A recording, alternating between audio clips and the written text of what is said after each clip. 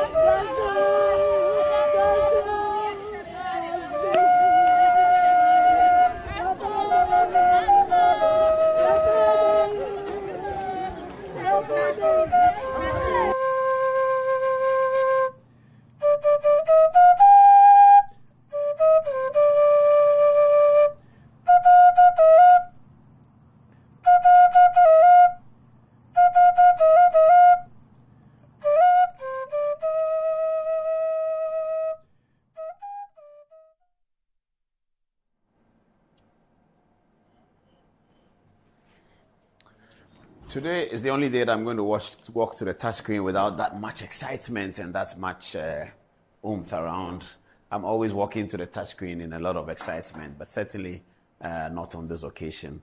Certainly not today, because John Kumah is.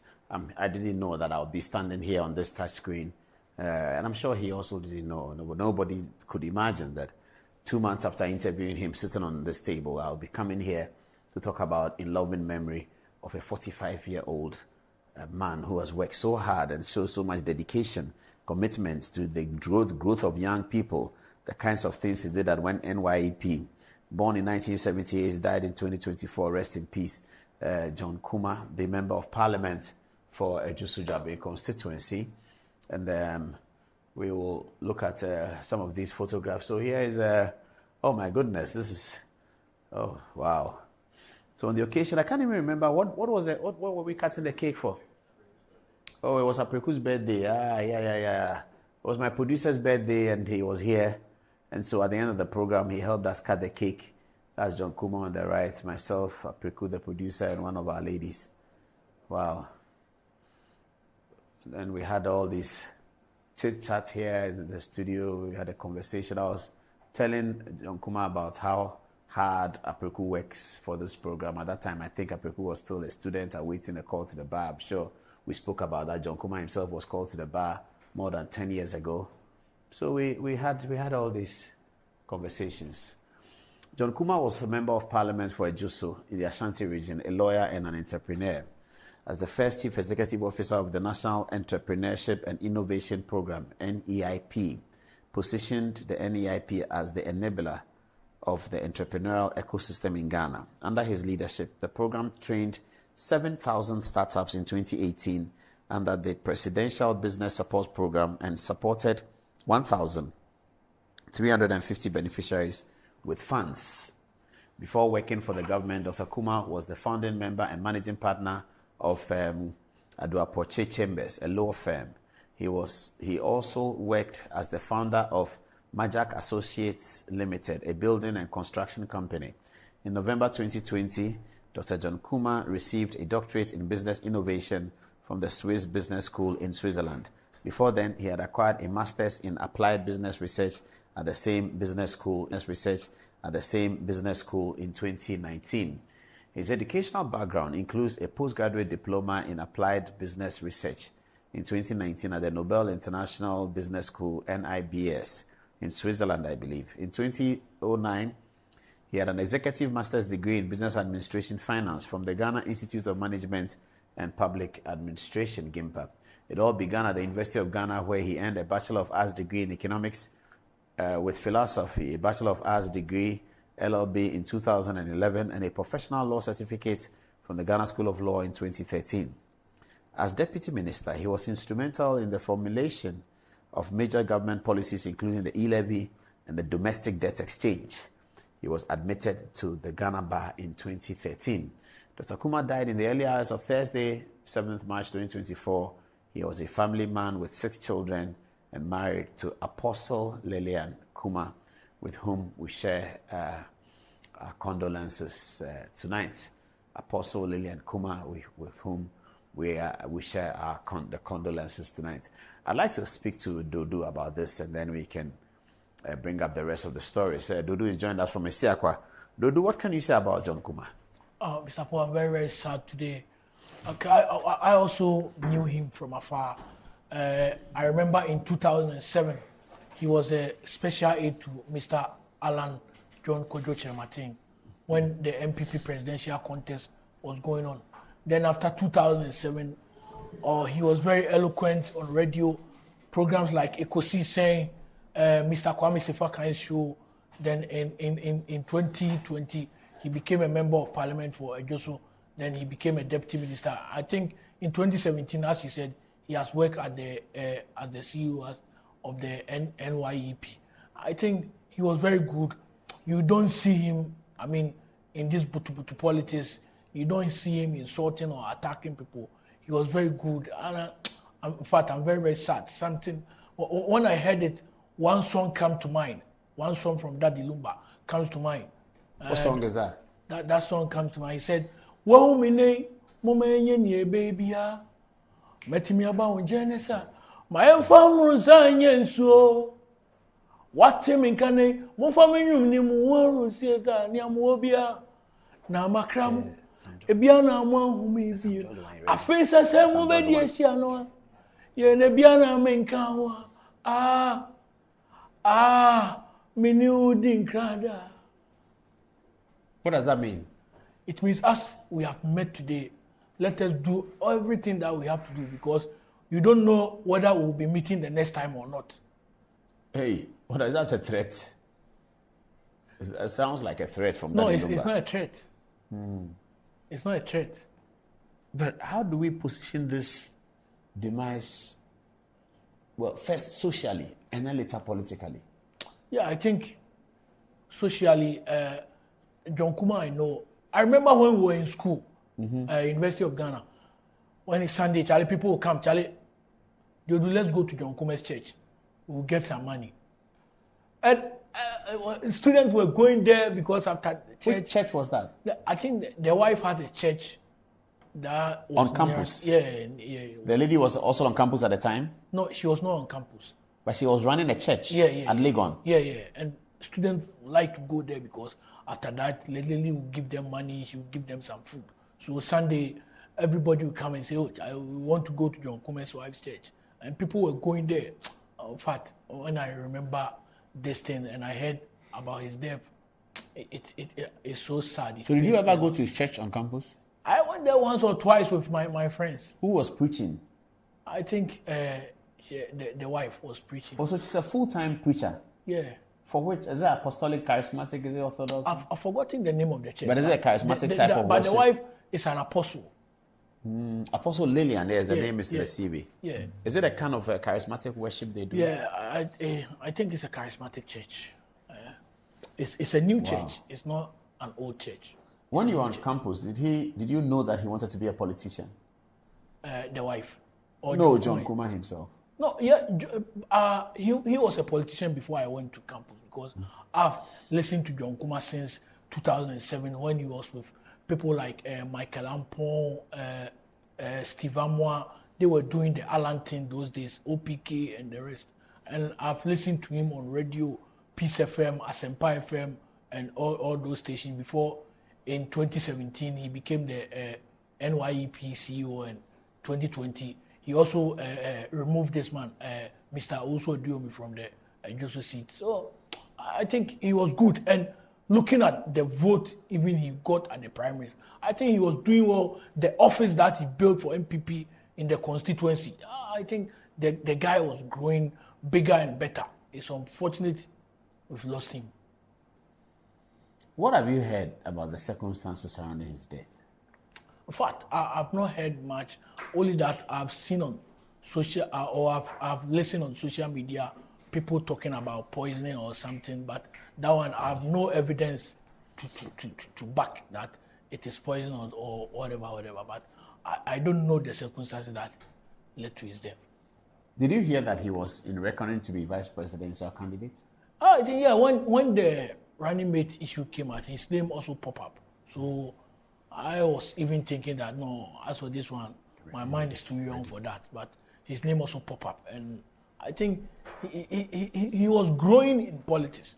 He was growing in politics, doing very well, because looking at where he came from, he was growing in politics. But little can I say.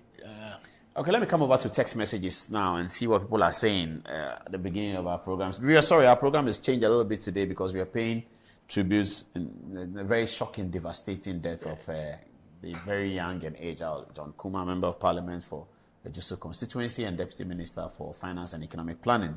He was seen in Parliament last Tuesday, according to the account. And here we are talking about him departing this world. Fatih, what are people saying?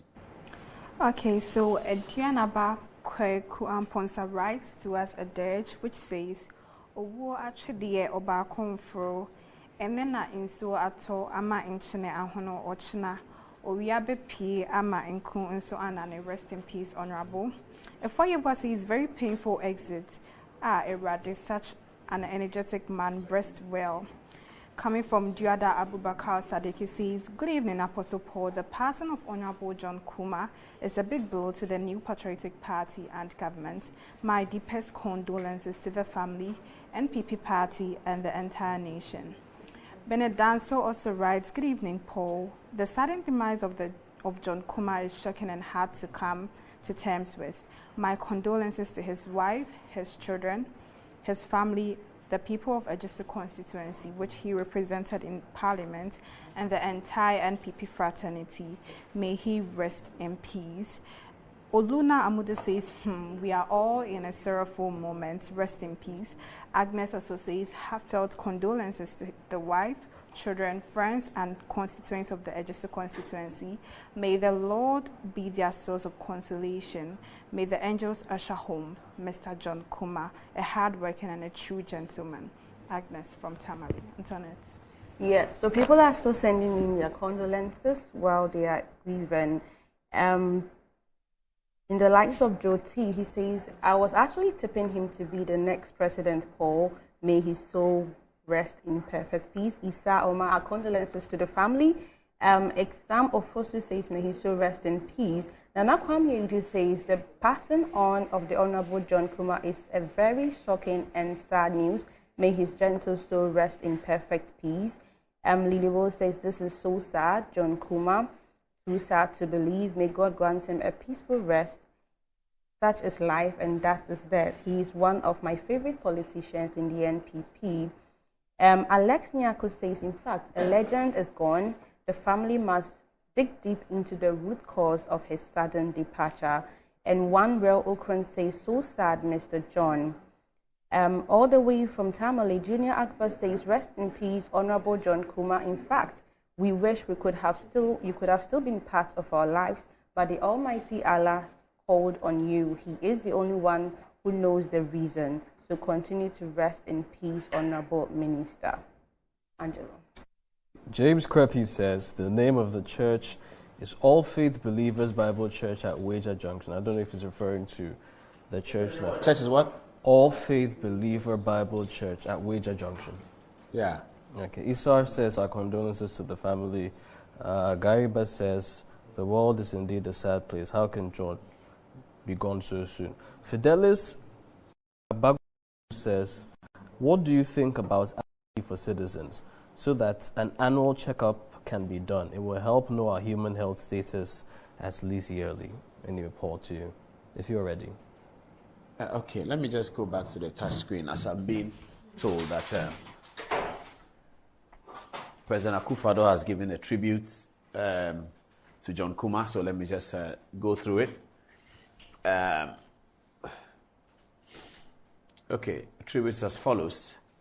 It says, I'm deeply saddened by the tragic news of the sudden death of the Deputy Minister for Finance and Member of Parliament for Ejuso, the Honorable John Apontuakuba Kumah, whose untimely passing has left us all bereft of a bright, energetic light in our midst. I knew him very well, both in my days as leader of the opposition and as President of the Republic, and his warmth, humility, and genuine concern for others endeared him to me and to all who crossed his path. His unwavering dedication to service, his tireless commitment to the betterment of our nation, and his profound passion for uplifting the lives of the people of Ejuso and Ghana were evident to all who had the privilege of knowing him. He was a stalwart of the New Patriotic Party in Ejuso constituency, which he served with great enthusiasm and devotion as Member of Parliament. He was the first Chief Executive Officer of the new entity I set up in my first term, the National Entrepreneurship and Innovation Program, NEIP. He distinguished himself in that office and therefore merited his promotion to the office of the Deputy Minister for Finance, where he brought not only expertise and skill, but also a deep sense of compassion and empathy to his role. His efforts were instrumental in advancing government's economic agenda and ensuring that the fruits of our progress were equitably shared amongst all segments of the society. He was a Ghanaian patriot par excellence. To his wife, children, family, and the New Patriotic Party in Ejuso constituency and across the nation, I offer my deepest condolences on their great loss. May God bless him and allow his soul to rest in the perfect peace in his bosom until the last day of the resurrection, when we shall all meet again. That's from President Akufo-Addo to John Kumah. Let's hear the John Kumah tribute again. We'll come back to the John Kumah interview in the studio. No, but before the tribute, let's just get a snap little bit of a shot. Last time John Kumah was here on Good Evening Ghana when we were talking about E-levy. That was the last time he was here. Is it ready? It's not ready. Okay, all right. Let's hear the tribute first then. Let's hear the John Kumah tribute, the one that we just played.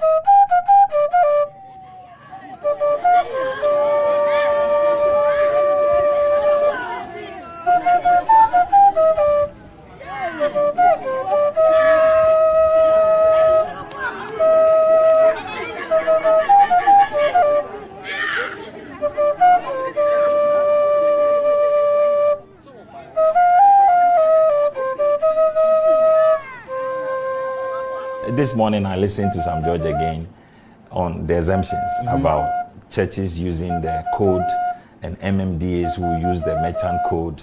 They are going to be exempted from the E-levy. He still insists that if he uses his church code today, and he pays 1,000 cedis, he's going to lose 15 Ghana cedis. which is Have you given which is churches a untrue. code? Yes, well, some churches have registered for merchant codes. For instance, Perez, where he worships, and we can show it.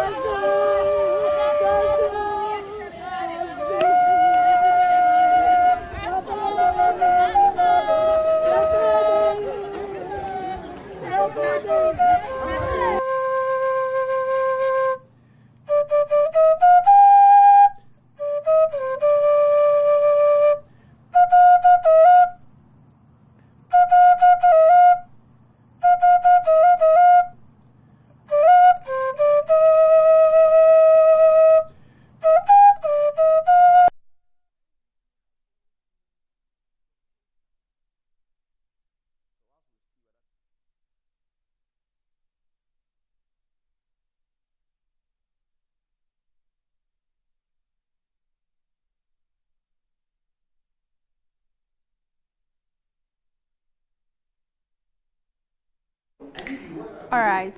So Constance De General says life is too short to be clinging to litigations and grudges. Establish boundaries but extend forgiveness frequently. Death is the leveler when it comes to classism, privileges, and self-importance. Rest in perfect peace, Honorable John Kumah. Alhaji Popsidi says, Assalamu alaikum, Paul, and the hard-working team. Ghana has lost a great gentleman and a patriot. My condolences to his family and the NPP, and my regards to lawyer Echo Vicent. Emmanuel Enchi says, good evening, Paul. Ghana has lost a great gentleman. My condolences to the wife and the entire family, and may God be with us all. Augustine Asari Donko also says, very sad. I could see President Kufuor in him. Very clever and gentle politician, soft-spoken. May his soul rest in perfect peace. Now, lastly, Kojo says, may your gentle and humble soul rest in peace, Honorable John Kumah. Antoinette.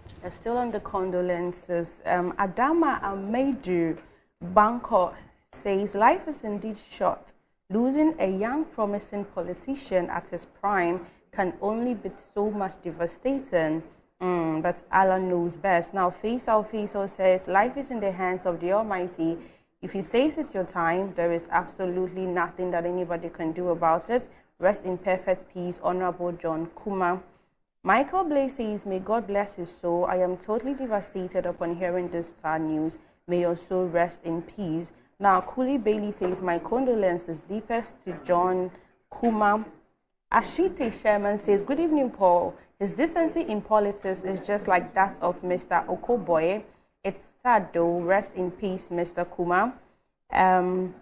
Ayala Minicent, he says, John Kumah, it's so sad to hear of your demise. Your gentility said it all. You were a good man. Rest in peace. And lastly, Karagaman Dari Titus, he says, I think we should know what to politicize and what not to politicize.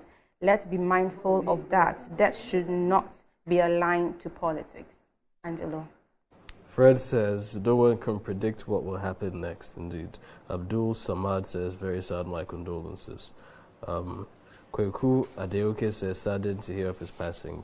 May his soul rest in peace, fare thee well. Philip Asoba from Bolgatagda says, what can we say? Journey well, senior brother. The party will miss you. Tescon will miss you. John's kind refuel in the party. Rest in peace till we meet again. Ifoyabo says, John's voice alone was perfect. His sense of humor was amazing. John, you'll be missed big time. Na says, I feel so heartbroken today. Rest well.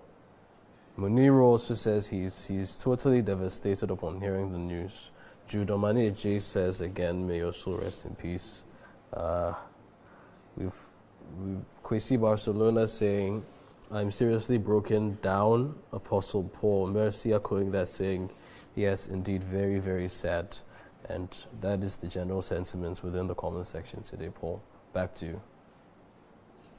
Okay, so we now we'll come back to the John Kumah interview. As I said, we have an abridged version of the show tonight, and then we'll talk to John Kumah later on. Did I say we'll talk to John Kumah? We'll talk to. We'll show you the interview later on. But let me do justice to the news story today, because the big story today is that Professor Jenano Opoku-Agyeman has been nominated and approved by the NDC National Council, the National Executive Council, to become the running mate for John Dramani Mahama. Very little, we can't do much tonight, of course, because of the peculiar situation of the death of an important member of the government, a member of parliament, and a person from my own constituency. John Kumah is my brother. In fact, when the death occurred this morning, Andy called me and said, Charlie, your brother has died. I was alarmed. I said, which brother? And he said, John Kumah. I said, wow. It's very shocking. Anyway, I'm sure Jane herself recognizes the disturbance to the political calendar with this particular issue. Parliament stopped the session tonight and just closed upon this one. I'm sure tomorrow tributes will be pouring in from members of parliament. But let's see what the NDC National Executive told us. It's as follows. It is a press statement for immediate release. NDC names Professor Jenano Opoku-Agyeman as John Mahama's running mate for 2024 presidential election. And it's as follows. The National Democratic Congress, NDC, proudly announces the selection of Professor Nana Jane Opoku-Agyeman as the running mate to the party's flag bearer, John Dramani Mahama, for the 2024 presidential election. Professor Nana Jane Opoku-Agyeman is a distinguished academic and leader renowned for her dedication to education and public service. Having served as Minister for Education and as the first female Vice-Chancellor of the University of Cape Coast, she has emerged as a trailblazer for women in leadership across Ghana. Her nomination underscores the NDC's unwavering commitment to inclusivity, diversity, and the empowerment of women in leadership roles. Possessing extensive qualifications and experience, Professor Nana Jane Opoku-Agyeman brings a wealth of knowledge and expertise to the NDC's presidential ticket. John Mahama, expressing confidence in his running mate, stated, quote, I'm proud to have Professor Nana Jane Opoku-Agyeman as my running mate. Her integrity, dedication, and vision for a better Ghana make her the ideal candidate to join me in leading our party to victory in the upcoming elections. The NDC is excited to present such a formidable team to lead the party's ticket, with John Mahama and Professor Nana Jane Opoku-Agyeman at the forefront. The NDC is poised to introduce a bold and progressive vision for the future of Ghana. The letter is signed by Fifi Fiavi Kwete, the General Secretary of the National Democratic Congress. So that's the announcement from the NDC. It's now formal, Professor Jenano Opoku-Agyeman. So the NDC presidential ticket, as it were, is complete now. We're waiting for the MPP presidential ticket to be complete. It only has Lahaj Mahamadou Bawumia on top of it, and there's no running mate here. So we're waiting for that to happen, and then we'll have a complete ticket. Congratulations, I should say, to Professor Jenano Opoku-Agyeman. Ayaze, and welcome to the 2024 election, and we are going to have another election here. So now the ticket is complete. We have quite a lot to talk about. Let's go to, just to complement this story and to show that the election 2024 is indeed here with us. Let's go to our Chocholoza montage before we come to the Julius Malema. Let's do Chocholoza to welcome Professor Jenano Opoku-Agyeman to elections 2024.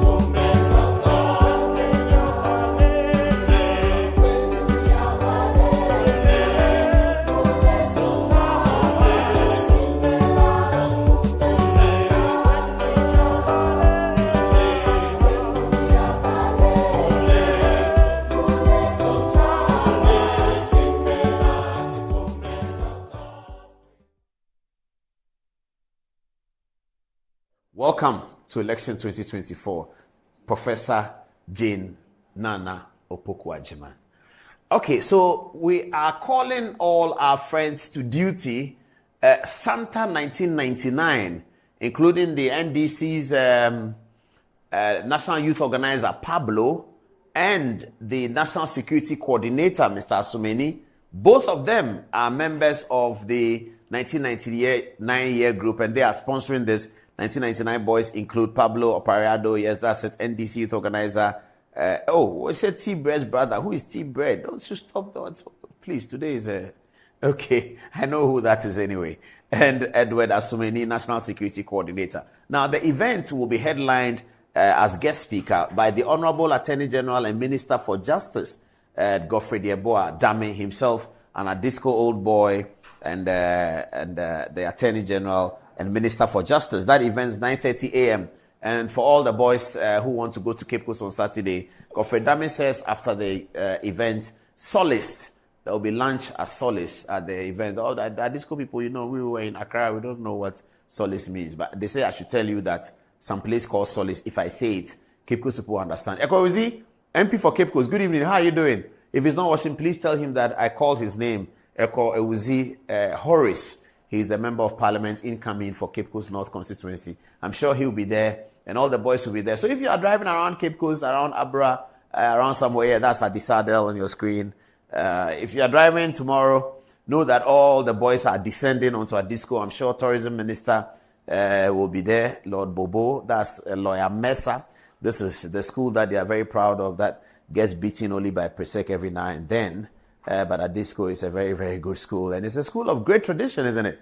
And the location and all that. All of these foundations that were laid for our country was very good. Perhaps if we had looked after it well, would have been a better country by now. But it's not too late. We are getting there. Look at Adisadel, founded nearly 100 years ago in the same hill in Cape Coast. Here in the Gold Coast, as it then was. But Adisadel is celebrating its 114th. So it's more than 100 years old. This is the 114th anniversary speech and prize giving day. 114 years. A school in the Gold Coast in Ghana is 114 years old. That's such a great tradition. That is something for us to be proud of. It's not the only school. There are other schools that are about the same or nearly there. All our schools are 80 years old. We have come very, very far as a nation. What we need to do now is to consolidate what we have done before and straighten a few things here and there, and we will be on the path to greatness. That's Adisadel, the central part of the school that is well known to most of the boys. The houses are on the left, as you can see. So that's Adisadel speech day occurring on Saturday, 2 days from now, 2014. Okay, so, well, they want me to lead to that disco anthem. I think there are some disco boys in my production room. So they want that disco anthem. Here it is.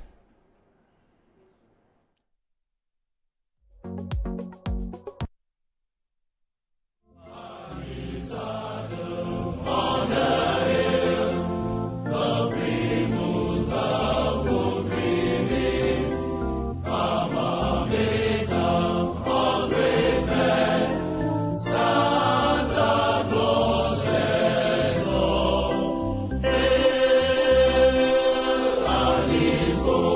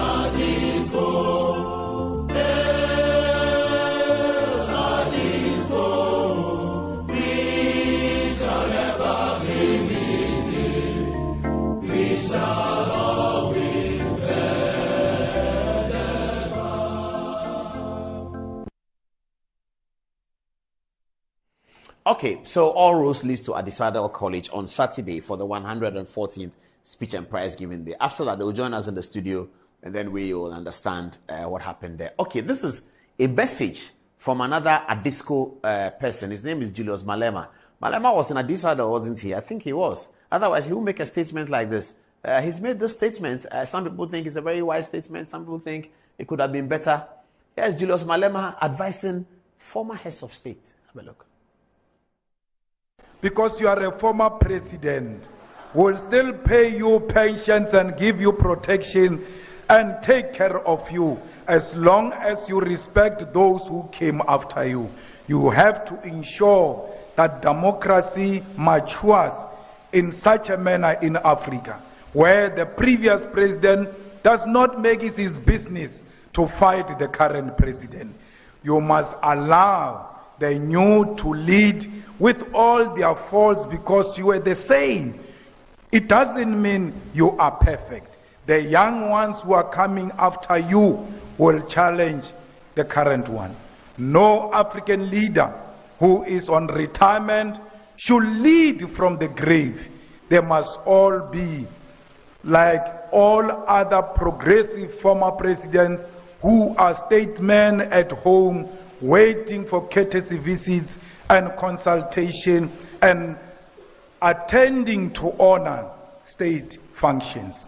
Those are the duties of former presidents, because Africa must be stable. Africa must go through democracy at all times. And elections in Africa should never mean the blood on the floor.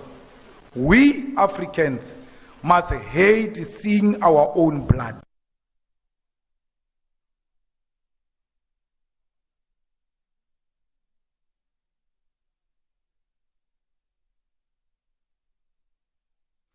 That was Julius Malema. It's 15 minutes past the top of the hour, 10 o'clock. This is Good Evening Ghana. A very difficult and painful edition to render here tonight. But let me come to you, Dodo. What can you say about Professor Jenane's reselection? Okay, what I can say that President Mahama just want to tell us that, I want to be focused. I don't want to nurture anyone. I want to get a running mate that I know she does not have any presidential ambition. So if I'm going with my running mate. NDC will choose a new candidate. Because if you look at the nature of NDC, as we always say, it has been monolithic.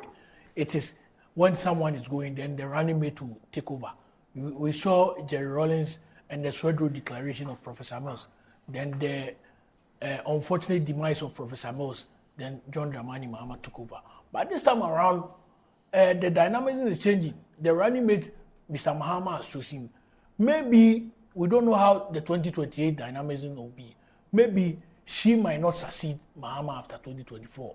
So maybe 2024, after 2024, we will see maybe a big competition in NDC. Because I see like President Mahama has chosen a candidate that he knows that she does not have a presidential ambition. So she will be focused working with him. So after his demise, maybe I'm going with my vice president. NDC will choose another candidate. Well, that's easier said, Dudu, isn't it? Because when Professor Mills came in 1996, he looked like somebody without a presidential ambition. And you know how that resulted in the breakup of the NDC with the cadres and the National Reform Party. Yeah, the National Reform Party leaders, especially Guzitano and others, feeling that they had been overlooked by Jerry Rawlings, who had groomed them for this position. Professor Mills had just come in, and that same thing was said, that Professor Mills is coming in to hold the fort because Akai is gone. He's not a politician. He's not interested in it. Professor Mills took the leadership of the NDC from 2008, the year 2000, until he passed in 2012. For 12 years, he was the indefatigable leader of the NDC. Even when Rawlings was there, by the time Mills became president, he was in full control. And then Mills selected President Mahama in circumstances that was also very similar. President Mahama was not ready for it. He was on his way to London to look for a job in the Commonwealth Secretariat through the Parliament of Ghana. That was being worked out. Then he took the job. At some point, we heard he was going to resign. At some point, we had Mills had been investigating him. So it was quite clear that President Mahama was not perhaps interested. We had names like Kwesi Ahoy, Idrisu Haruna coming up in those days. Then Mills, unfortunately, suddenly passes. President Mahama becomes The party doesn't hold a congress. They just allow President Mahama to go through. He becomes the leader. So now he's brought in Professor Jenan Opoku-Agyeman, who is largely thought to be representing other interests in the party, like Okujeto Ablakwa's interest, perhaps Ibrahim Mahama, John Mohammed's brother, and other interests in the party are going to coalesce around her. That interest that coalesces around her may encourage her, if President Mahama wins the election and she becomes vice president, may encourage her that, look, one step from the presidency, you are the best prepared person for it. Nobody in this party has been vice president before. Only you have been vice president. You are very prepared for this, so go ahead with it. That may be the concern of others. I don't know. I've not spoken to anyone yet. Yeah. What you are saying might be true, but let's compare the situation of Nana and Professor Mills and Mahama. You know, when Professor Mills came in, what was the age? He was 52 years. I think in 1996, Professor Mills was 52 years. And, you know, at the time Professor Mills came in, the state of NDC, Jerry Rawlings at the time didn't want any competition in NDC. So at the time, he just raised Professor Mills, and if you remember, that was 6 June 1998, Federal Declaration, that this is the man we are going with. Even though the outcome was not good, the effect, it even led to, it was not only National Reform Party that came out of NDC because of Professor Mills. We also, the Obed Rawlings faction, after NDC has exited power in 2000, we also saw it where I remember in 2004, just a week to election, the General Secretary of the NDC then Dr. Niyama Josiah, was even accused of taking bribe from the now chairman of New Patriotic Party, Mr. Stephen Ayensu's team. We also saw the Kofodia confusion that happened in 2005 that led to the breakaway of the Democratic Freedom Party, all because of Professor Mills. But now in that situation, Nana has come in at the very age of 72, and she is a woman too. So considering the age and the gender she belongs to, I think maybe 2028, we'll have to see. It will be difficult to succeed Mr. Mahama. Is it an attractive ticket for new voters, young people, NDC people? Is it an attractive ticket? Yeah, I think 2020, looking at the time Nana was choosing, 2020, you know, because of COVID and others, NDC were a bit disadvantaged in terms of campaign.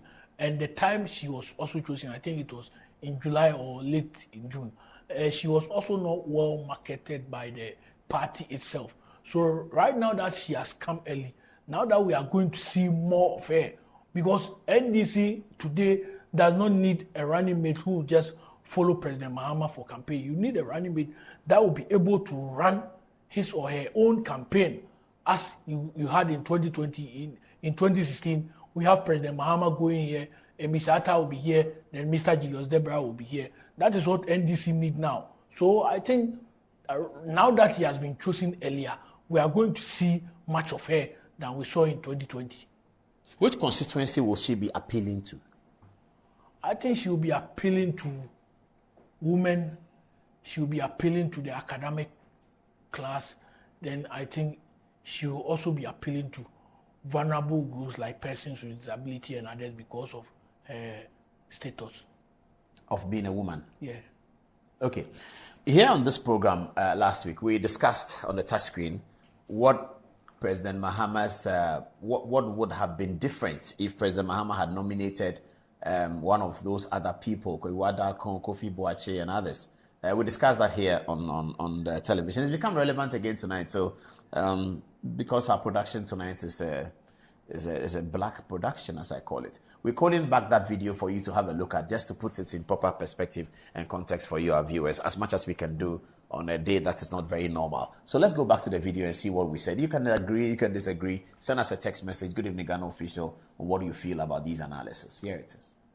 Tonight, though, we're going to begin the analysis. Before we look at her strength and her weaknesses, we're going to begin the analysis by looking at what else Professor John Dramani Mahama could have done. Where else could he have gone to demonstrate that to select the running mate. So we begin, for instance, with Nathan Kofi Boakye. If John Mahama had selected Nathan Kofi Boakye, and I'd like to reiterate the position of that small book I talked about. The American journalist wrote a book entitled, was talking about American politics and politics of electioneering, and the book is entitled "If It Had Gone the Other Way." And he writes, it's a very interesting book that you should get. I just can't remember the author. I'll get it one day and I'll show you here. He talks about if the election had gone the other way. So, for instance, he picks maybe 1984 election, the one that was won by Reagan, or especially he picks 1988, that was between Bush and Dukakis for the Democratic Party. And he says, if the election had gone Dukakis' way, this person would have been National Security Advisor, this person would have been Minister for Finance, the Treasury in America, this person would have been that. Then he picks another election in the United Kingdom, say 1997, and said, if the election had gone the other way. Very, very interesting book to read. So that's what I'm going to do now in the next 10 minutes. If John Mahama had selected Kofi Boakye, Nathan Kofi Boakye, what would have been the strength, advantages, and the perhaps the disadvantages as well? So Nathan Kofi Boakye is a COP, Commissioner of Police, who could have been IGP. He's retired right now, and he's thought to be a very good policeman, but he also has controversies. Now, if President Mahama had announced today that Nathan Kofi Boakye was his running mate, the first thing he would have achieved, which he may not achieve with Jenano Pokwajiman, is the sensationalism of the announcement. Sensation.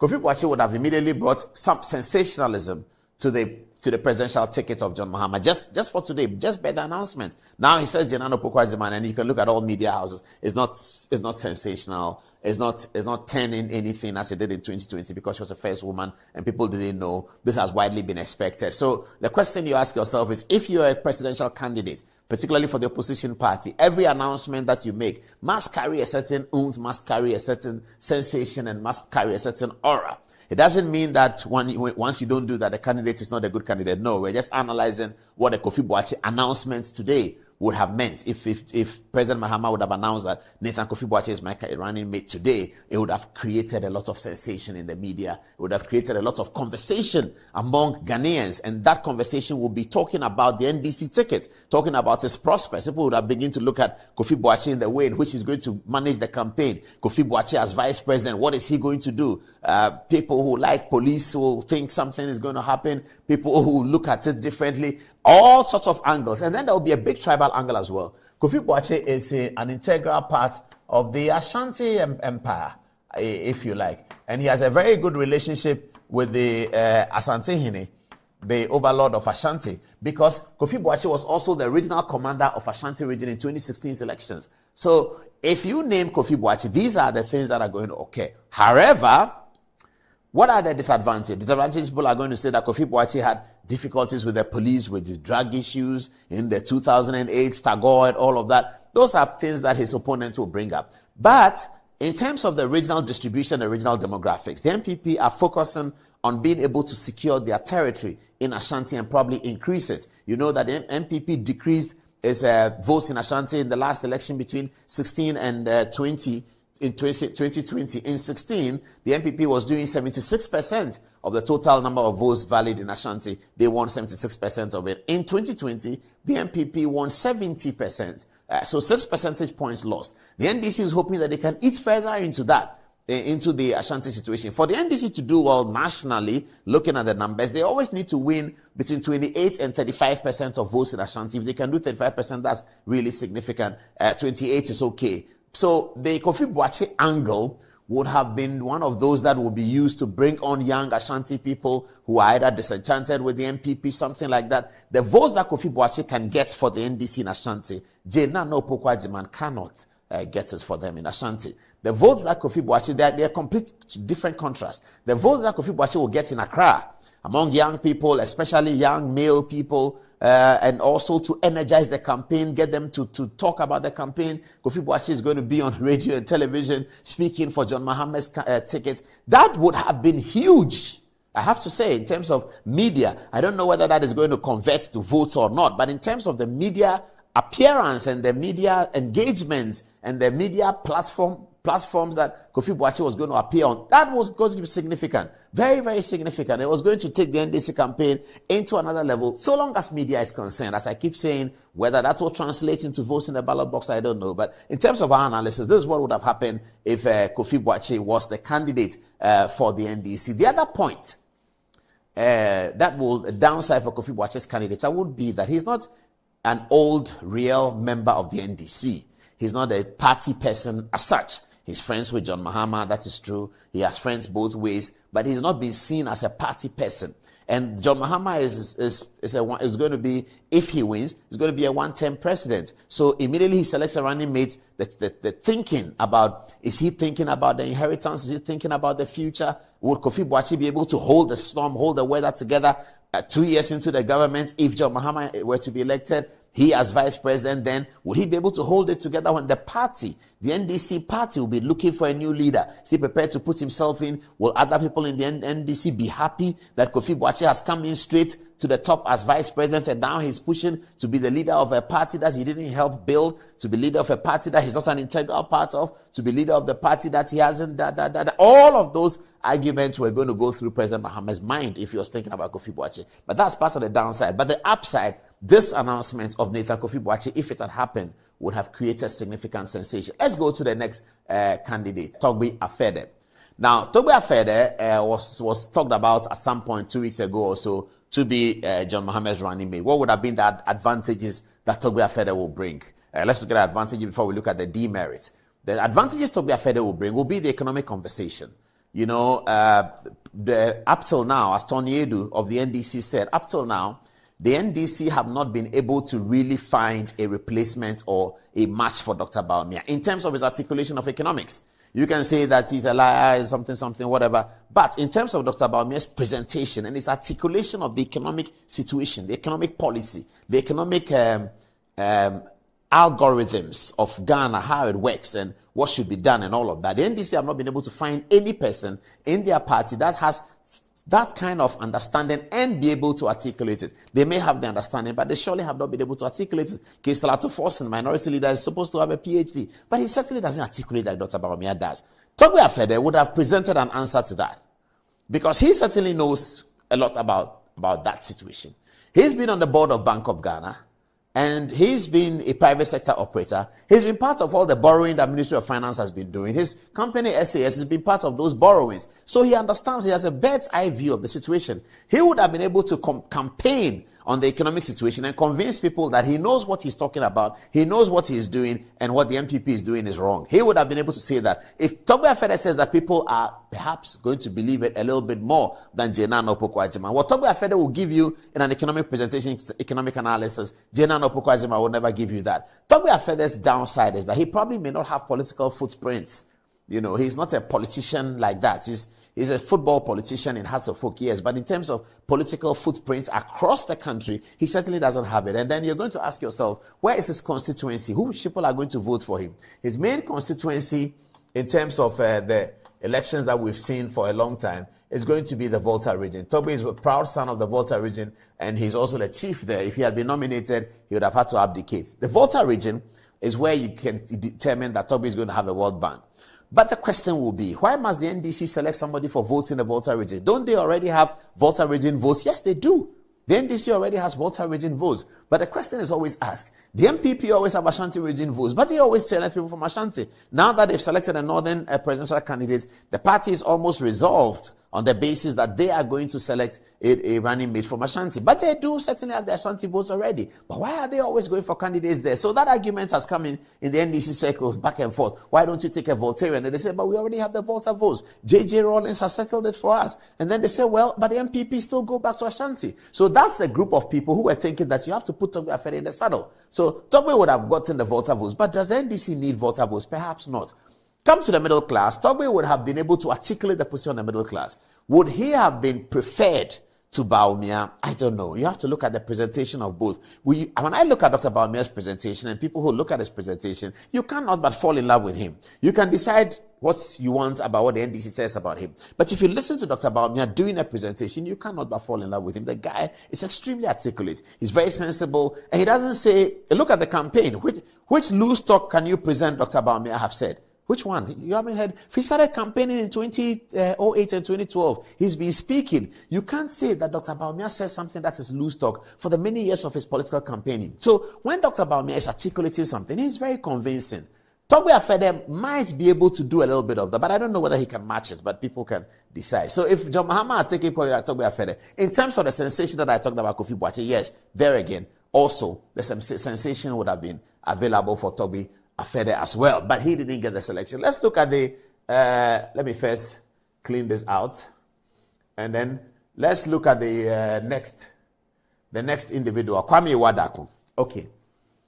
If the announcement had come today in favor of Kwame Iwadako, between Iwadako and Kofi Boakye, I think that he would have had the highest pitch of sensationalism, given his age and given his spread around.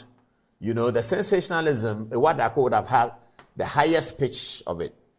And it would have gained the NDC campaign some percentage points. His age as well, his connection with the youth, the fact that he was a parliamentary candidate and was able to mobilize students at the University of Ghana, it was when he ran in parliament in 2012 or so that the NDC got the highest number of votes in the University of Ghana polling stations in Ayawaso West Wogon. It demonstrates that Mr. Iwadako has a certain connection with the youth and he's able to mobilize it. And that would have set the campaign differently.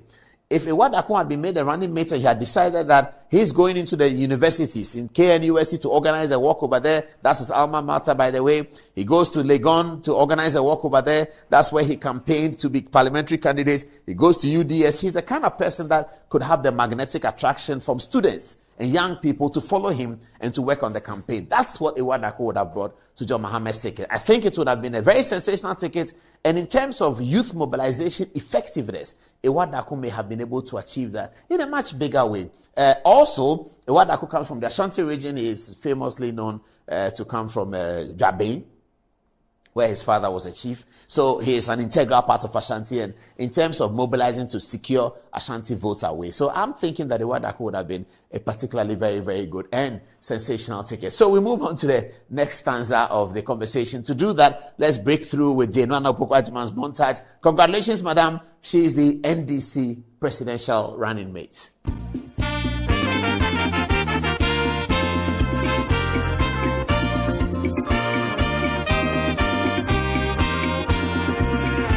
Arise for Ghana, oppression of the land, forward and seek your future, development our God, from vision to victory, the NDC shall lead, able Democrat, Ghana, our strength in unity, from vision to victory, the NDC shall lead, stable Democrat, Ghana, our strength in unity.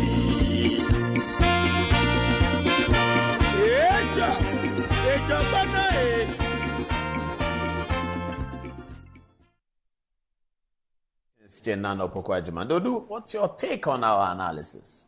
Oh, okay, I think you did a good analysis, especially with Togbe's own. You know, Togbe is also, if Togbe was also chosen, I think Togbe will also be doing much more in economic and when it comes to sports because of his relationship and the work he's doing with Accra's folk. He was also going to bring people from the sports community. He was going to move people from the sports community to President Mahama and the NDC. And I think he said he's not known to be a core politician, but I learned in 1992 he was either the MPP parliamentary candidate or was going to be MPP parliamentary candidate in the voter region. So I don't know how that is true. But I think he will have also not been a bad running mate. And then Mr. Kwame Iwadako, I think in 2012, he did well in Ayawaso West. And he's not that eloquent, you don't see him, but he's an action man. When he's doing it, he does it well. He's a grassroots person, how he was able to mobilize people from University of Ghana in 2012. We also saw what he did with Ayawaso West. He will have also not been a bad running mate. But I think finally, Mr. Mahama has settled on Professor Nana Opoku-Agyeman, and we live to see. Let's hear the text messages on this one, the final text messages. All right, so Master Planner Jr. from Kentampo says Professor Jane Nana Opoku-Agyeman partnering ex-President Mahama is the same wine in a new bottle. There's nothing new to bring on the board. She cannot match Dr. Matthew Opoku-Prempeh as running mate for Dr. Baumia. Kennedy Kenjamins also says John Mahama looks tired, worn out and confused. For the sake of the NDC winning more votes in the Ashanti region, they should have chosen a running mate from Ashanti region. Another wrong choice, another defeat for the NDC. Now, Junior Akbar Tamale says, another defeat is coming to the NDC because this running mates have nothing to offer them. Our former president is going to lose the 2024 elections because the good people of this nation will never make a mistake to lose a creative leader, a visionary leader, Dr. Mahmoud Baumia, the man of the moment, a man who thinks Ghana beyond. He is the best man for our motherland called Ghana. Votes move this nation forward. Now, also, Constance De General says, the John and Jane ticket of the NDC is another failed mission that would be affirmed by Ghanaians coming December 7th, 2024. Because of this particular ticket of the NDC, Ghanaians are determined to vote for bold solutions for the future because they know it is possible. Watching you live from Tiso in the Volta region. Now, lastly, John Agyeman says, NDC, same old story, nothing new. Antoinette.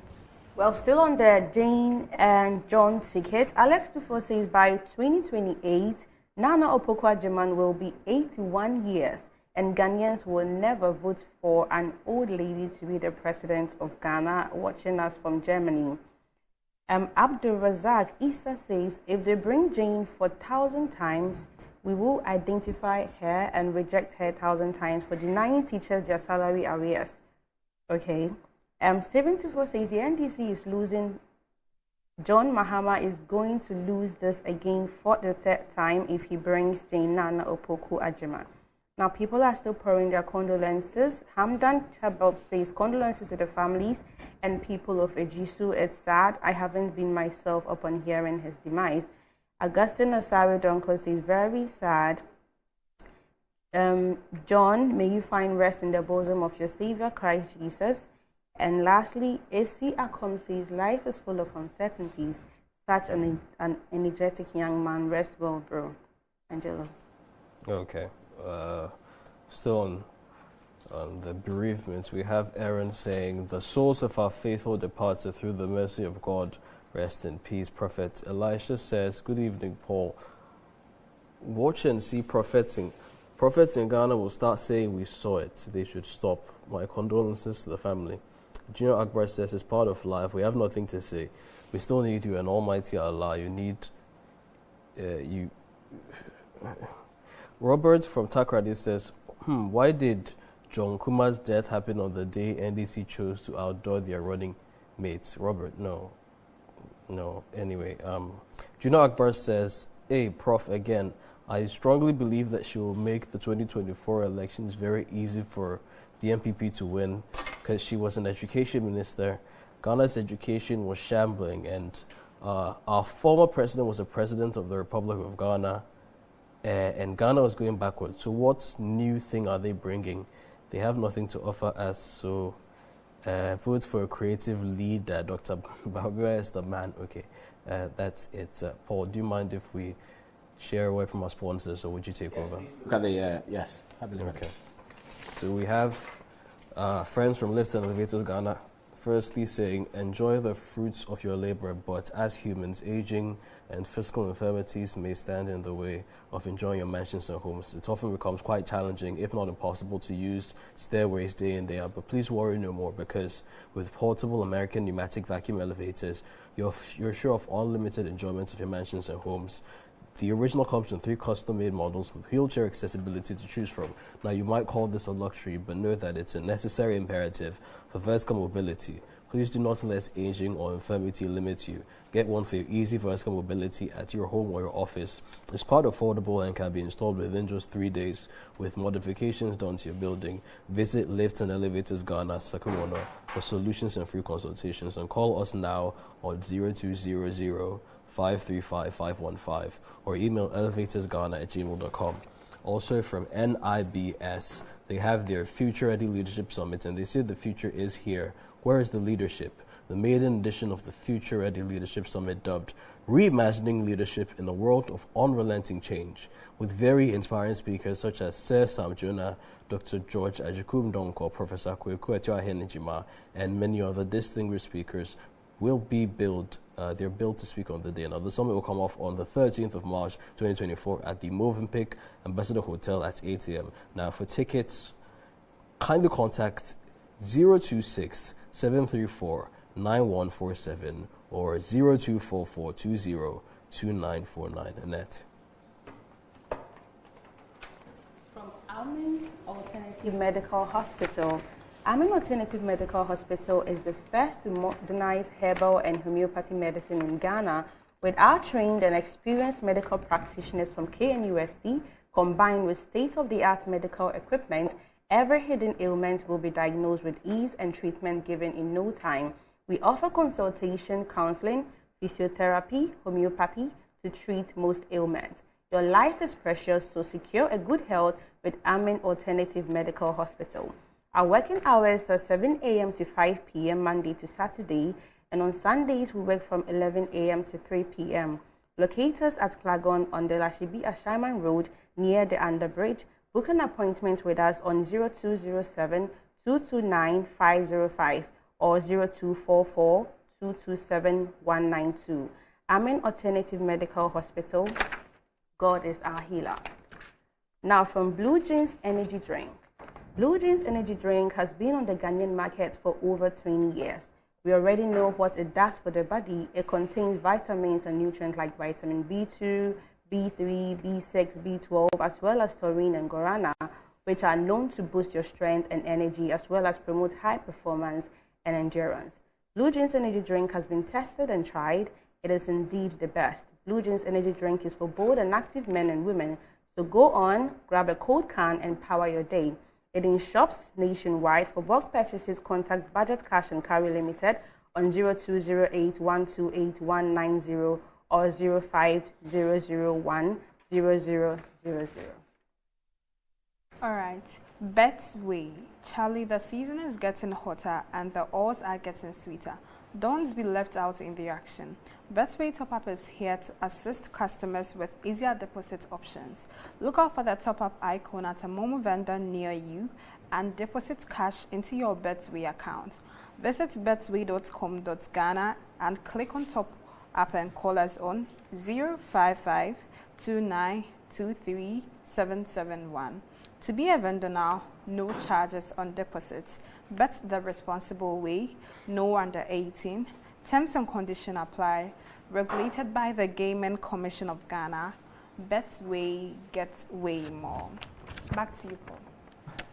Okay, we're still in the down mood. Let's take a short commercial break now. And when we come back, we take you to the last time John Kumah was in the studio so that you can actually see what transpired as part of paying tributes to very, very decent gentlemen. Short break now.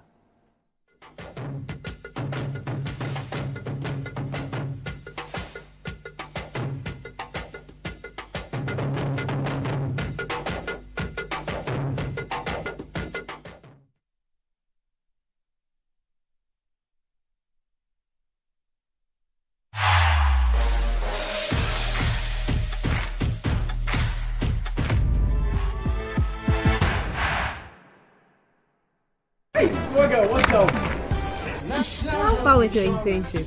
To be honest, I'm so nervous about starting this new role on Monday. Oh, please. I know you'll be great at it. You should be worried about what benefits they have. Example, do they have health insurance? I doubt they will have that for interns. But no shaking. I have NHIS already. Actually, I'm on a line. Ina, look at you. What are you going to do in the office when you can just download their app to register for an NHIS membership? Yes, my people. You heard right. You can now download and register your membership on my NHIS app. No long queues or tedious paperwork. All you need is your Ghana card to register for yourself and for others. Once you register, you get a new digital NHIS card on your phone. My NHIS app gives you access to credentialed health facilities and services across the country. NHIS covers over 95% of disease conditions in Ghana. Access to healthcare just got easier. Now let me sign up quickly. Miss Steph, I'm starting work next month. Welcome to Rehoboth West. We are back, bringing you the latest lineup from Betway. Betway starts strong with their front two, with Free Play Friday and Swipe Bet. In the middle, you've got all the control with Cash Out and Build a Bet. Plus, with Win Boost, you can boost your sports bet. At the back, they have Smart Picks and the Partial Daily Jackpot. You always get way more with Betway. These offers have been vetted and approved by the Gaming Commission of Ghana. Bet responsibly. No under 18. Terms and conditions apply. Betway. Get way more. Enjoy the fruits of your labor, they say. But as humans, aging and physical infirmity stands our way of enjoying our mansions and homes. It often becomes challenging, if not impossible, to use our stairways day in, day out. With portable American pneumatic vacuum elevators, PVs, you are assured of unlimited enjoyment of your mansions and homes. It's a self-supported elevator for vertical movement of humans and goods at homes and offices. The original comes in 3 custom-made models with wheelchair accessibility. Call it luxury, but it's a necessary imperative for vertical mobility. Do not let aging or infirmity limit you. Get one for your easy vertical mobility at home. It's affordable and can be installed in just 3 days without modification to your existing building. It's however easier to incorporate it at the construction stage. We also have traditional Fuji elevators and escalators for your high-rise buildings and malls. Visit Lifts and Elevators Company Limited at Sakumono for your elevators nationwide. For free consultation to call or WhatsApp us on 0200-535-515. Lifts and Elevators, the elevator people. For over 20 years of serving the world with herbal and alternative medicine, we've been successful in treating complicated medical conditions with a perfect combination of herbal and alternative methods of treatment, like homeopathy, naturopathy, reflexology, and many more. We deliver excellent and effective service to people from all walks of life through scientific and traditional means. We have a well-equipped laboratory with advanced diagnostic and treatment devices to help detect your illness, so we know the right medication to be given. At Amen Scientific Herbal and Alternative Medical Hospital, we are proud manufacturers of our own herbal medication. Our zeal and passion to save lives with our patients at heart and outstanding achievements since 1996 has won us several awards. That is why we say, go herbal, go Amen. We are located everywhere in all the regions. Amen Scientific Herbal and Alternative Medical Hospital. Allahu Shafi. God is the healer. Customer. Nadavena minka, papa. What you saying? Mika 10 Ghana. 10 Ghana. 10 Ghana cedis. No, dear. Send out Benya. 10 Ghana cedis. No. Me dear. 54,000 Ghana cedis. 54,000. 540 million. Yeah, the one who is Kasek. Yeah. And then I get it now. Now, Boki. Drawn on assassin. Mammy, you volume.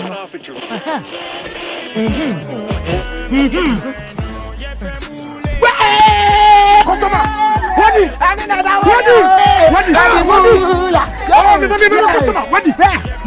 One of our daily lucky winners. Dial *946# to play now. Or you can also play online at www.gamepackgames.com. Game Park is regulated by the National Lottery Authority.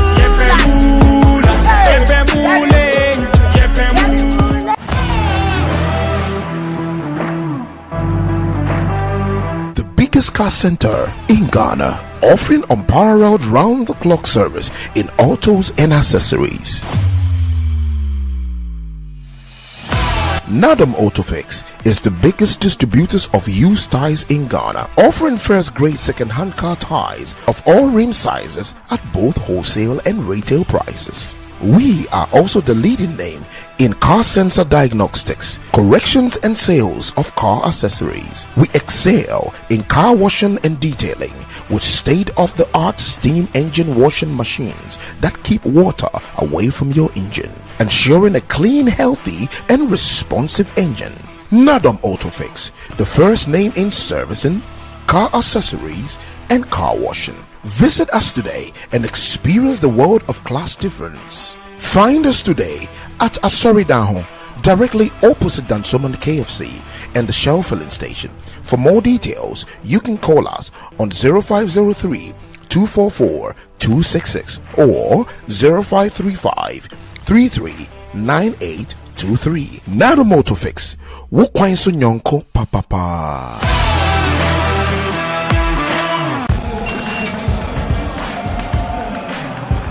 We are back, bringing you the latest lineup from Betway. Betway starts strong with their front two, with Free Play Friday and Swipe Bet. In the middle, you've got all the control with Cash Out and Build a Bet. Plus, with Win Boost, you can boost your sports bet. At the back, they have Smart Picks and the Partial Daily Jackpot. You always get way more with Betway. This advert has been vetted and approved by the Gaming Commission of Ghana. Bet responsibly. No under 18. Terms and conditions apply. Betway. Get way more. Anti-cavity, gum protection, brighter teeth, and fresh breath. I'm a fat missy way. The Pacho Bantama. Machasi. That's a cycle. Her smile, the fresh breath. Me, Gidi said we used to Cal 360 toothpaste.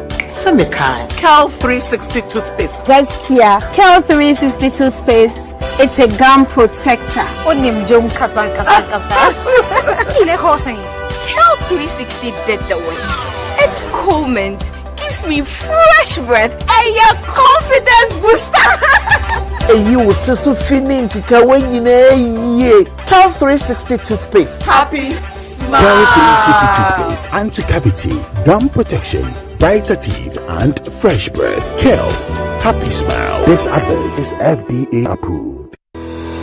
Enjoy the fruits of your labor, they say. But as humans, aging and physical infirmity stands our way of enjoying our mansions and homes. It often becomes challenging, if not impossible, to use our stairways day in, day out. With portable American pneumatic vacuum elevators, PVs, you are assured of unlimited enjoyment of your mansions and homes. It's a self-supported elevator for vertical movement of humans and goods at homes and offices. The original comes in 3 custom-made models with wheelchair accessibility. Call it luxury, but it's a necessary imperative for vertical mobility. Do not let aging or infirmity limit you. Get one for your easy vertical mobility at home. It's affordable and can be installed in just 3 days without modification to your existing building. It's however easier to incorporate it at the construction stage. We also have traditional Fuji elevators and escalators for your high-rise buildings and malls. Visit Lifts and Elevators Company Limited at Sakumono for your elevators nationwide. For free consultation to call or WhatsApp us on 0200-535-515. Lifts and Elevators, the elevator people.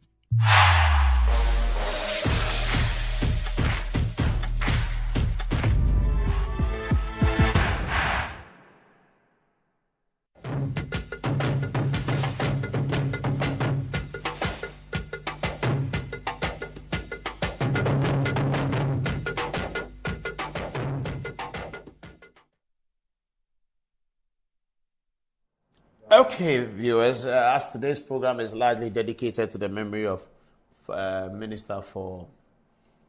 Deputy Minister for Finance, John Kumah. Here is a tape of the last time he appeared here on Good Evening Ghana. He sat on this around this table with me to have a conversation. This is what happened. Honorable John Kumah is here. Both of us are from a juicy, so it's a family meeting. Have you been under pressure? A lot of people have said that they've sent 100 CDs, it's been taxed, they've sent 20 CDs, it's been taxed, 1,000 has not been taxed. Yeah, are we getting around the thing? Yes, many of the complaints that came are being resolved. But Paul, unfortunately, there's so much propaganda around it. Some of them are basically not true. I mean, I've just seen a report that I have said if you don't use E-levy, you'll be arrested. Arrested? I just saw that this evening. Yeah. You haven't said that? No. How can I say that? It's an optional transaction. Yes, it's the twist and lies about E-levy that is scaring the population. Mm-hmm. And I think, this morning I listened to Sam George again on the exemptions about churches using the code and MMDAs who use the merchant code. They are going to be exempted from the E-levy. He still insists that if he uses his church code today, and he pays 1,000 cedis, he's going to lose 15 Ghana cedis. Have you given churches a code? Yes. Well, some churches have registered for merchant codes. For instance, Perez, where he worships. And we can show it. Let's show it. Let's listeners show the video. Who doubt what I have been saying, that if you can afford to give an offering right now, do *800 *1000# to Perez right now. Just donate. No, I'd like to do that. I'll do yes, please do it. How much do you want me to? 100 cedis? Do 150. Because so 150, they'll charge me 50. Exactly. But Perez is the house of God. Let me do 500. Do 500. You are not going to be charged. There's no E-levy. Just for people to understand. Viewers, will you trust me when I do it? Or they can also do it. Those who want to give offering to the church. Hey, Archbishop Adisadel. Yes. We are going to give money to you. Yes. But then let me give it to my church, ICGC. Do you have if they have the code, I don't have their code, but I have Perez because that's what Sam George has been saying. Call your people to get you the ICGC If I could get ICGC code. I'm happy to pay to Perez, but I have to pay ICGC as well. Well, it's still the same church, so please. How am I going to do that? Then if you do that, those are my wife too say Pentecost? Our church, but what about Pentecost? If you know the code. But the point is that you have to call your people, otherwise I'll get problem. Please let them tell you ICGC code, I need it. Okay. I'll send right now. Yes. Meanwhile, let's see the video. Let's see the video and see what is in the video. Now the problem is if I use the *800 *1000# which today, is the short code. Today, it doesn't deduct only the 1,000 Ghana. It deducts the 1,000 Ghana and the 1.5%. So it means that previously I paid to my church and to God only the value of my tithe from my wallet. Now, when I use that same platform to make that payment to God, the state has introduced a 1.5% tax on it. You see, when they say I should not say that, it is the reality. Right now, when I do a transaction of 1,000 cedis, I'm going to end up paying 1,000 cedis and 1,015 Ghana cedis from my wallet. Okay, so we did a simulation, a real one of this one. Let's see the video and let's see what happened. Let's see the video. Yeah, so that's the okay. So Honorable John Kumah, you can take us through it. So that's now this is somebody contributing on the code of the church, the merchant code of the church, *800 *1000#. Yes, he's done that. He does that. So he's choosing whether to give an offering or select your option. Yeah. Yes. It's quite tiny, so we can't see it from here. But yes. So he selected, and then the video should continue. Yes. Yeah. Exactly. Then he quoted the amount that he gave. I think 120 Ghana cedis that he gave. Is that what he's typing in there? Yes. So he paid 120 Ghana cedis, 130 Ghana cedis, and then he's asked to confirm whether he's really wanting to pay that, and he does that, and he's paid. He need authorization to confirm his code. When you do, so you see, he's giving the authorization to pay, and then he pays. Then the message will come that yes, your contribution to the church is done through the church code. And it's not only about church, all MMDAs. But what we have seen now, where is the balance, or how it will follow. The balance should follow, because once you authorize, then the balance will follow. And they are not going to charge you E-levy because you are using the merchant code. Okay, let me do it. Let me do it on so my you phone. can do it on your phone. And listeners who are watching, please, if you want to confirm, it's *800 *1000#. Just give some donation to Perez Church for us to be sure. And what we are so you see, payment received. Yeah, okay, this is 140 Ghana cedis, current balance, available balance, and there's nothing E-levy charge on it. But when you are but does it say the MTN tax? Yes, it will say it. the available balance will come. Okay. And you can check it. Whilst we the finish transaction fee is 7.527. 7.5 yes. on 140. Yes, but that is the normal MTN charges. Yes. So you are not going to pay any E-levy. Okay, let me do it. Let me do it. It's zero. The transaction fee was zero. Okay. No, let me do it. So star what? Star 800. Star 1000 hash. 1000 hash. Do you want me to put on the screen something? Yes. Dennis so was telling me something. Dennis, just for people to. Okay, so the camera should start. Okay, so now I have welcome to Perez Chapel. Chief, can you bring your camera so that people can see? Carry the camera and come and stand behind me. This is a matter that of public interest. We have to resolve. Exactly. To resolve it for everybody more. to know. And I'm saying it's not only to churches or mosques. It's to hospitals, MMDAs, so where there are fees that you have to pay. Can we see it? The phone is down. The phone is dark. My phone has privacy. Okay, sorry. Okay, people are sending me text. They'll catch you. If you send me text, they'll catch you. The phone is on TV. They'll catch you. Please stop. Honorable Blackwa, don't send me text, so they'll catch you. Okay, so I have welcome to Perez Chapel. Okay. One. Give. So choose one. So I should choose one. Yes. Let's give one. I want to give. Reply. Yes. Okay, it says select your option. Bishop at 60. Go to 2 or 3. No, I want Bishop at 60. I want to give Bishop. Okay. Is that okay? Okay, it's fine. Ajasa is my man. Okay. Bishop at 60. Because he used tithe or Archbishop. offering. So I wanted us to use tithe or offering. That is what is. Okay, so let's use offering. Everybody. Let me use offering too. Yes, okay. Bishop, I'll bring the money later. Okay. 2, I went to offering. Enter amount. Yes. 500 cedis. Okay, good. Okay, I reply. Yes. Confirm offering summary. Yes. Amount is 500. MTN wallet number is my number. I should say yes. Yes. Okay, I said yes. Request initiated. Please check your phone to approve the debit request. What does that mean? So the authorization will come for you to enter your code. So authorization payment of 500 from your account to invoice Perez Chapel. Enter my PIN. Yes, that's one day. Okay, I've entered the PIN. Come back. It says, good. Do you want to approve the transaction? Yes, I want to approve one. Yes. Okay. It's going to come. Okay. Your balance to show. My balance is something. Okay. That's our salary. So it's okay. Okay. It's not coming. It will come. Oh, MTN people, hurry up. 10 minutes and viewers who are always calling me by this time, stop the call. Who also want to confirm can go through the same process. But the thing didn't come because the call came, I think. Well, but... let me start again. Oh, please. Please, nobody should call me. Okay, so star.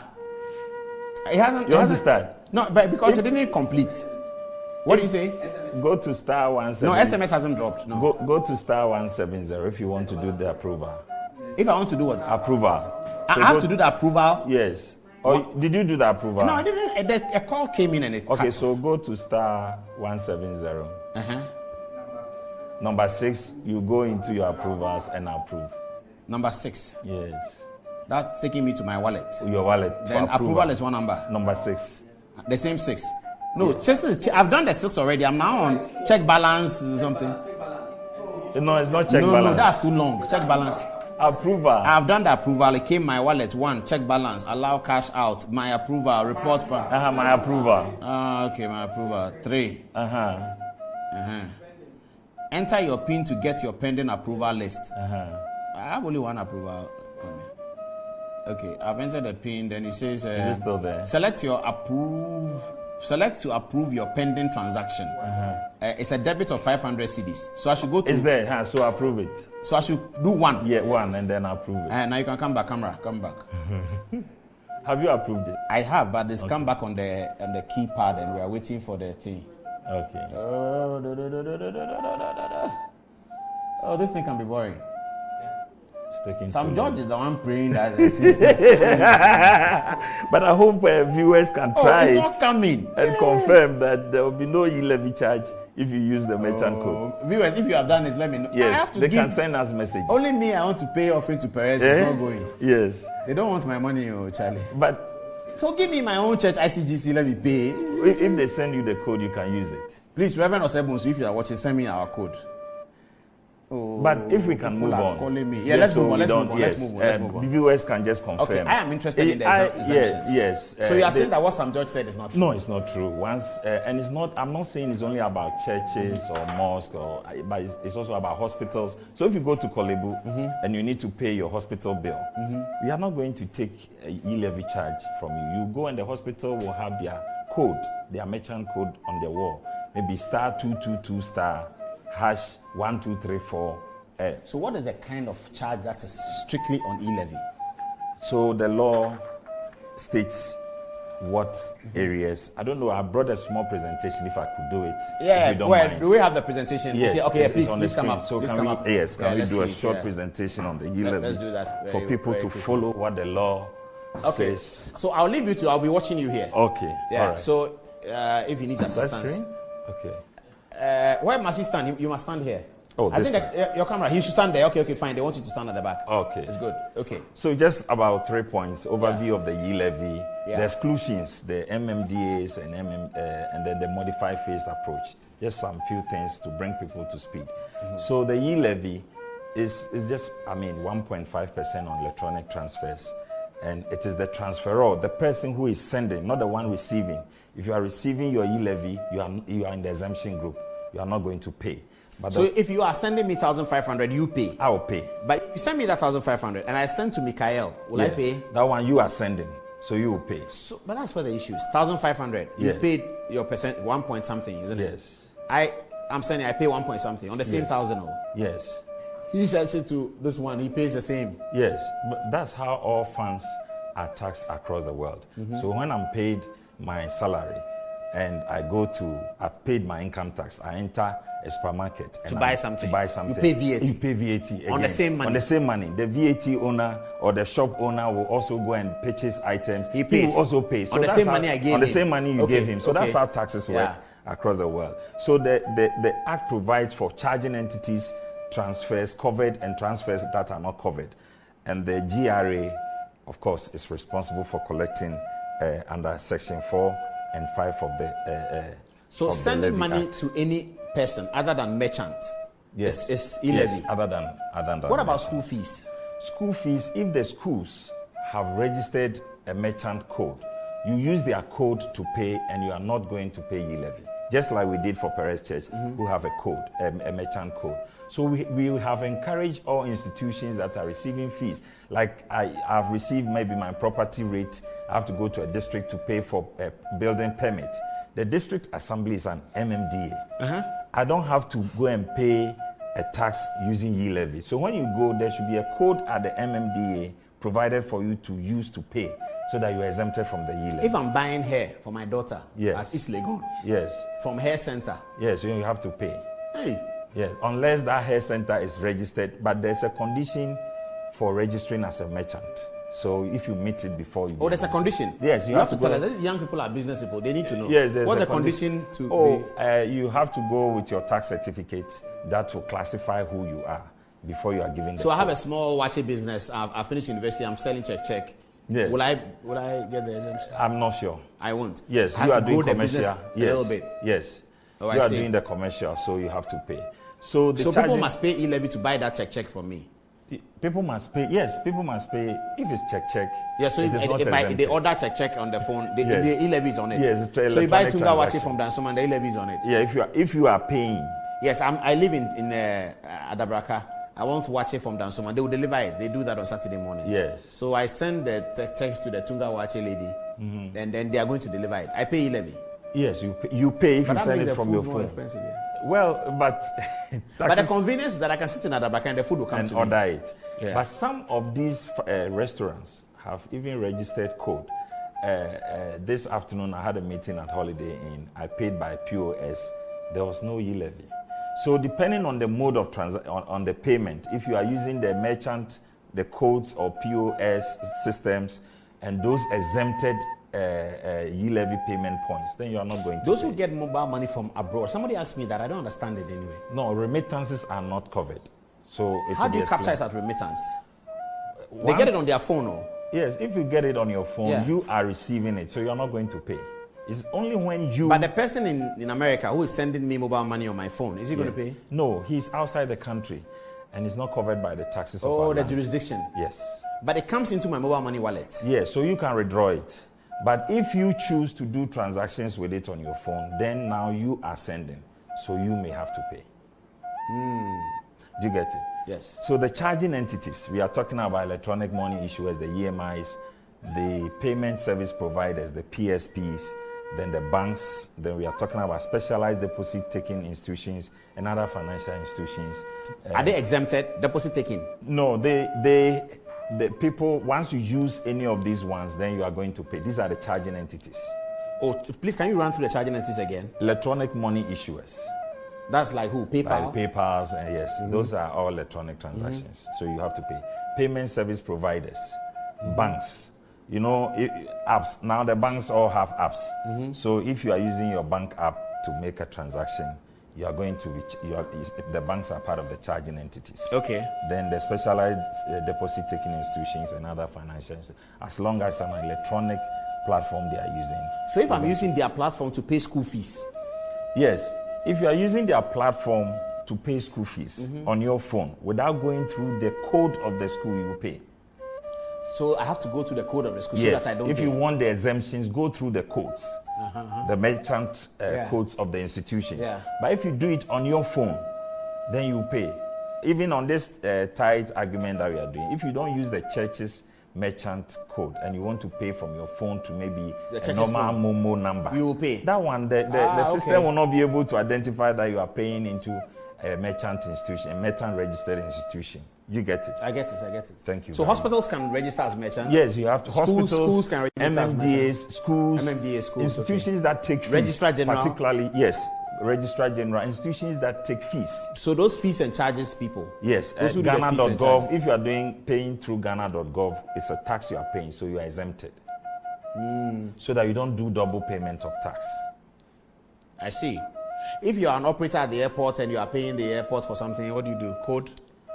Yes. If you either use the code or if you use your Momo line, then you pay. So use your mobile line, you pay. Use the code, you don't pay. You don't pay. If you're a young girl who is selling hair and you are successful at the business, go to Registrar General and see whether you qualify to Whether register. you qualify for as a merchant. If for some reason you don't qualify, then people who are paying you will pay. Yes, if you don't qualify, they will pay.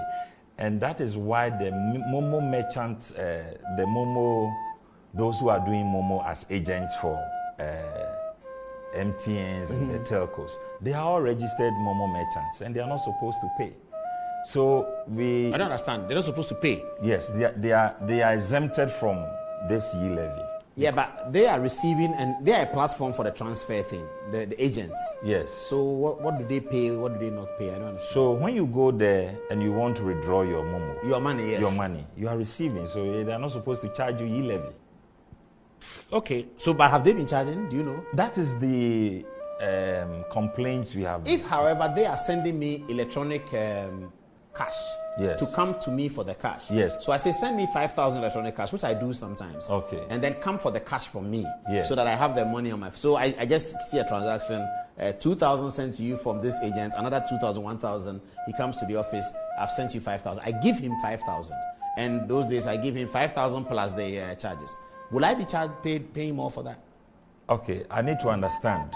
If you went to load money on your wallet. Yeah, they load it electronically. And they'll come for the Electronically, cash. on your wallet. Yes, on my wallet. Then you're not supposed to pay the E-levy. But No, people they are go loading there, it and they are coming for the money, cash from me. I So don't the get merchants, picture. the Yes. merchants, whoever he is, Yes. it's a bit of connection. So maybe as a minister, you understand. I don't get it. So the merchant sitting there, I call him If and he I said, sends to another person, then he's supposed to no, pay. I call him and I said, Abu, can you give me, do you have e-cash? He said, yes, I do. Can you send me 5,000? He sends it. It comes. Then Okay. he comes to me. It I will give come him- to your wallet. Yeah, So then that's I a give, transaction then to he you. comes for physical cash. Yes, that's But a when I pay transaction. that cash, I will pay the charges of the MTN charges on top of that for Abu. Yes. Now, will I pay e-levy on that 5,000? Yeah, because Abu transferred it to your number. Yes, he did. So Yeah. that's a transaction.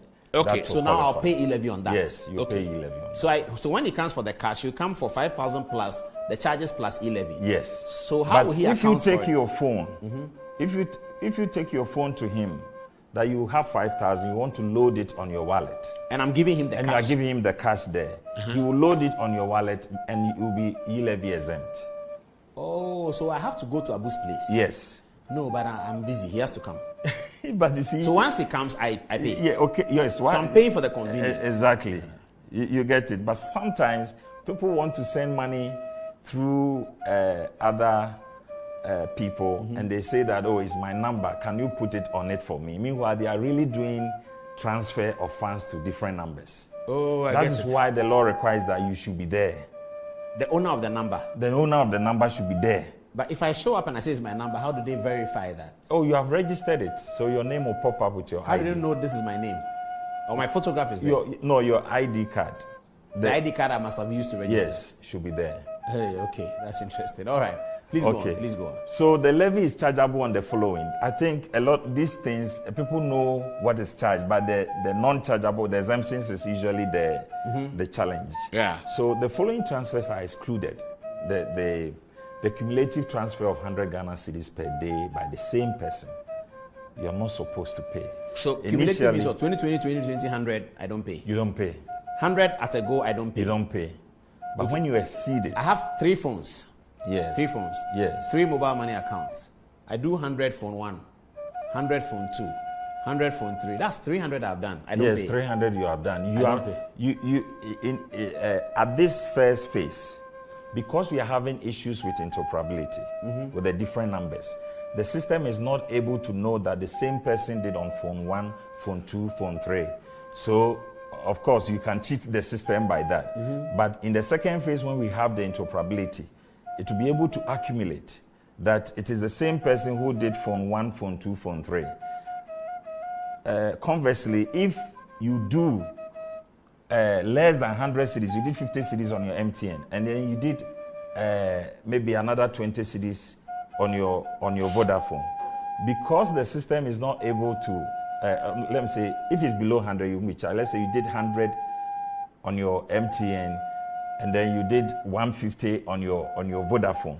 The system will, instead of charging you 250, will still be charging you 100 on your MTN and 150 on your Vodafone, because at the moment they are only doing the on-net transactions. They are not all on the integrated platform, the common platform that GRA is doing, because there's an agreement that we should push that to the second phase for them to be able to. Second phase starts when? After June? Yeah, 1st July. 1st July, second phase starts. Yeah, yes. Okay, so right now I can use. So how many people are we here? 1, 2, 3, 4, 5. 5 phones to do 500. Let's go. 5 phones to do 500, and you are likely because not the phones. I'm talking about the network. The numbers, yeah. Yes, the network.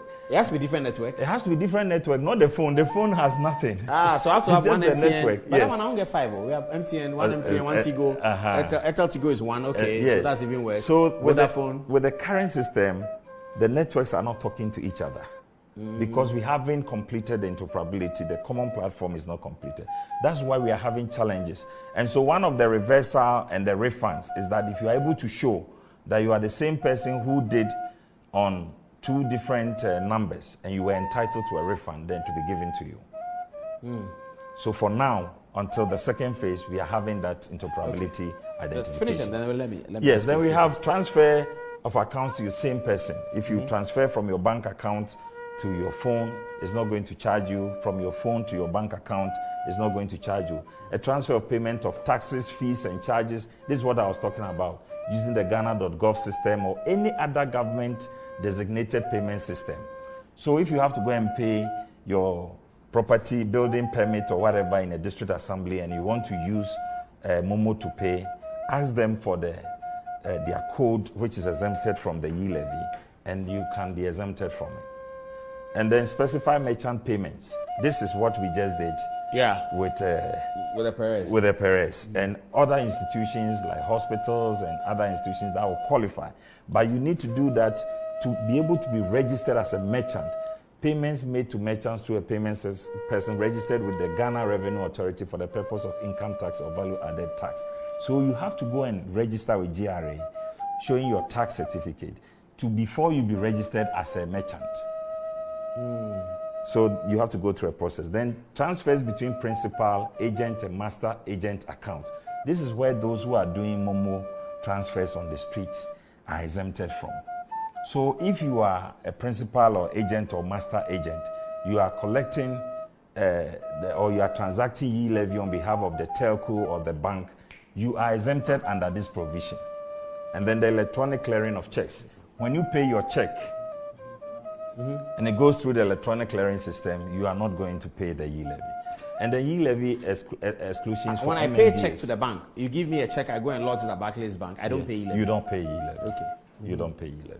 So Section 22C of the Electronic Transfer Levy Act provides that levy does not apply to transfer for payment of taxes, fees, and charges on Ghana.gov system or any other government of Ghana designated payment system. And so all the MMDAs, if they have a USSD code option, then you can pay through that, and then you'll be exempted from the E-levy payment. And that, I've talked about that. So an example, let's say you visited XYZ Teaching Hospital, or let's say Komfanochi Teaching Hospital or Kolebu Teaching Hospital. You go and find their code. Let's say *22*1234#. If you use this to pay, it is known as E-levy exemption payment short code. Okay? So it can be *222*1234#. And then you'll be exempted from paying the E-levy. Yeah. And that's the example we did with the final. So if you have people that you are a Lebanese man has a construction center and he has 500 workers, he pays them by Momo. Is he going to pay E-levy? The workers, if the Lebanese company has not registered as a merchant, he hasn't. No. Oh, then he will have to pay. So he's paying them 200 by day. He will now pay 220, something like that. But the workers are going to receive their full salary, but the employer who is sending through Momo who will bear extra cost. That's what I mean. Yes. Yeah. Okay. Yes, that will happen. So under the modified, so now this is the last slide I want to talk about. Under the modified phased approach, like I've explained, we are supposed to have one common platform for all the charging entities to be on, the banks, telcos, everybody. But by the time the APIs were given, they said, most of them said it was difficult for them to integrate onto the platform. So now we are going by the phased approach, which means every network on their own will charge as transaction goes on and then account within 24 hours to GRA. But by ending of June or 1st July, we are going to have one platform integrated for all. But sitting at the Ministry of Finance, do you have control over that to see what has actually happened? Okay, all Momo transactions go through Bank of Ghana. So at the moment, the individual entities will do their own accountings, but there's revenue assurance processes to compare the data of funds they received and then how much they transferred. And of course, there will be auditing of the processes after the 2 months to know that if there were gaps between what you received and what you paid, then you're supposed to pay back to government. So there are means to check that.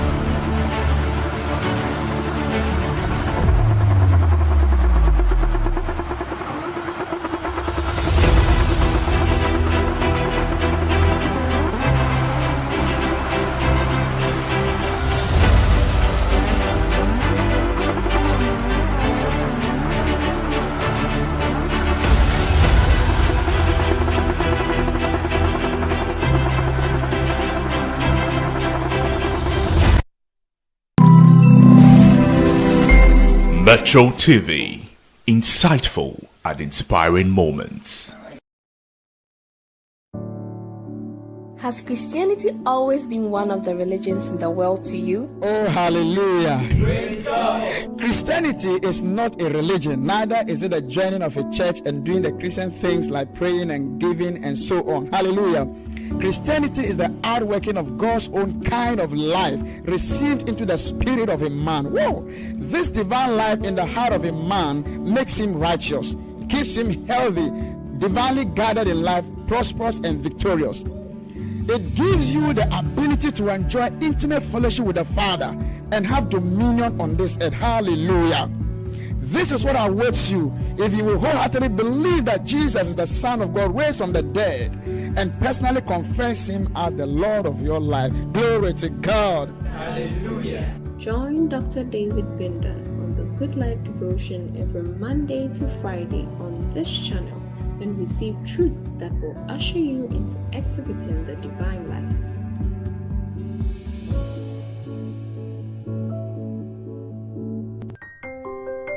Kindly note that you can enjoy the Good Life Devotion on these other platforms at their stated times. Do choose the most convenient one for you or switch to another in case of a broadcast challenge with your usual platform. By all means, don't miss the Good Life Devotion any day. Now, welcome to today's episode with Dr. David Binder. Wow, praise the Lord. Hallelujah. How are you doing?